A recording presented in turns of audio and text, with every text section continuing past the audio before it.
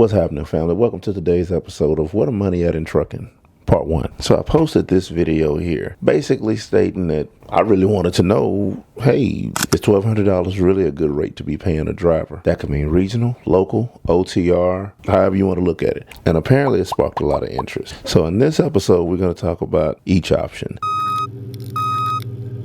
Regional is totally different from local. If you're at home every night with your family, to me, that's the most important thing.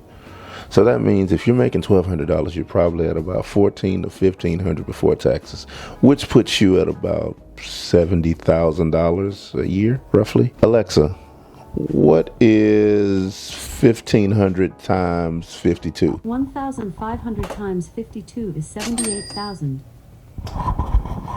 Correction. You're at $78,000. You telling me you can't live off of $78,000? Like, what are you doing with your money? And you get to be at home with your family every night. So you're not losing there. You get to be at home with your family every night. You get to have, most likely, if you driving, unless you're driving with like a smaller, like really small company, like they only got like 1 or 2 trucks. You get to be at home every night. You get to be with your family. The caveat to it is if you drive for those smaller companies, usually going to be like some under the table money. Don't judge my life. Hey, I've been there. It's either going to be some under the table money or it's going to be some money that you're getting every week. If you're getting every 2 weeks, I don't even understand how you making it. Salute to you. Because I can't. If you're working for a company, you're most likely getting full benefits. That means dental, health, vision, 401k, and you're getting a guaranteed check every week. All you got to do is just go to work. Now, the only problem I have with that is somebody else is in control of your time. You can't leave until everything is done.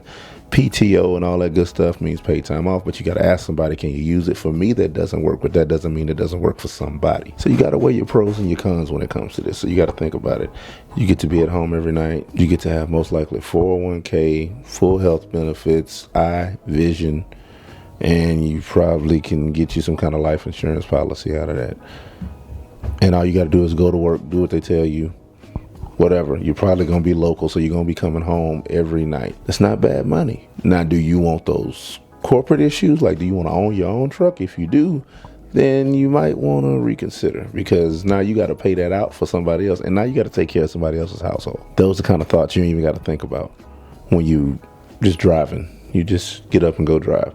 Now, I will say, for everybody that's being condescending to the new guys or somebody that doesn't make a certain amount of money, what y'all need to understand is that if you got one truck, I don't care if it's a hot shot, semi, whatever, if you got just one truck, you're not making any real money. And this is what I mean by that. You might be making some money, but if you gotta physically go get in the truck and do the work, congratulations, you own a job.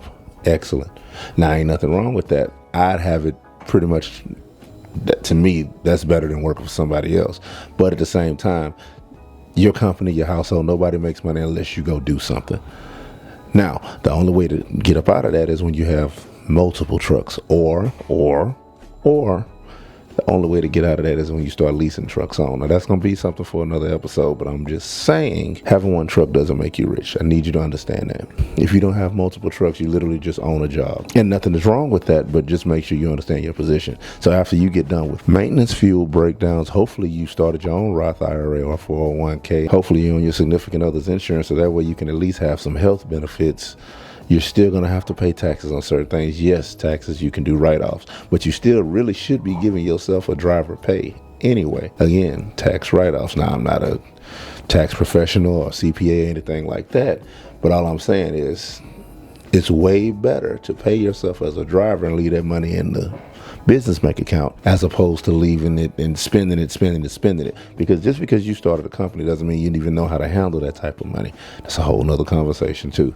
Damn it, I can make a really good series out of this. I really need y'all to think about that before you even step out of those waters and say, okay, well, yeah, I want to own my own company, or yeah, I'm making big money. Well, no, you're not. At least this person gets to go home. So just looking at it from the driver perspective, before you kick them down, you got to think about it. They don't have to pay for any maintenance. They don't have to pay for any blowouts. They're either probably getting paid by the hour. Riley, this is unprofessional. Can I finish now? by. When I say I was on a roll, bro.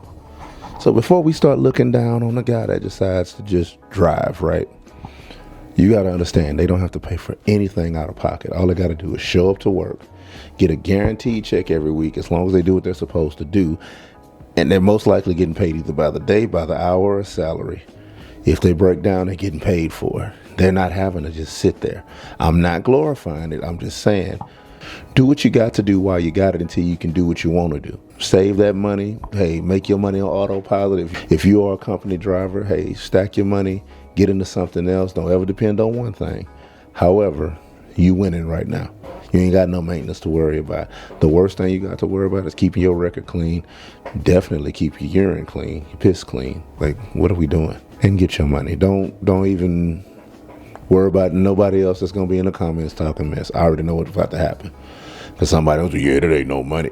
Yeah, but you got to pay for all those breakdowns, bro. You got to pay for those breakdowns, doc. So when you really look at it at the end of the year, are you really coming out more than $100,000? Not when you got one truck. You probably gonna make 150, 125, but you're spending at least what, $1,000 a week on fuel. Unless you're driving a box truck or something, you probably spending $1,000 a week, or $500 to $1,000 a week, because you probably don't have any direct clients. We ain't figured that part out yet, so stop it, bro. Calm down. I'm not gonna look down on no company driver. Ain't nothing wrong with having a company job. Nothing wrong with having a company. You do what you got to do to take care of your family. Don't let nobody else in the comments tell you otherwise.